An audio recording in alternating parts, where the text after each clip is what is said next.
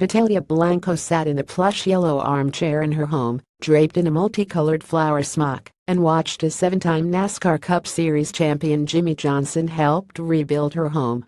Blanco, 97, was just one of thousands of Floridians caught in Hurricane Irma's path last week. The storm steamrolled through the state, including Blanco's home in Naples. In its wake were waterlogged streets, felled trees, and whole cities in need of assistance. "Even living here a long time, I see a lot of hurricanes, but I never see one like that," Blanco's son, Lazaro, said. "I consider myself, me and my mother, very lucky to survive that and all the hell."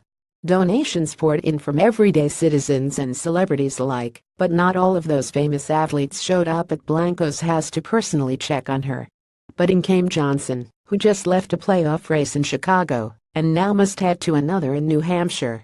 One of Johnson's sponsors is Lowe's, and so he was able to visit stores in some of the hardest-hit parts of Florida, and then take from the stores to give back to local communities.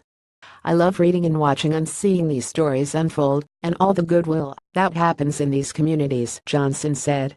"That's really what has led me here to participate in it." Monday, Johnson visited Blanco, who came to the United States from Cuba with her son.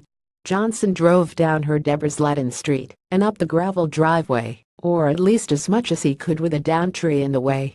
Those trees had knocked down power lines nearby, making it difficult for the elderly to survive in the heat and the dark.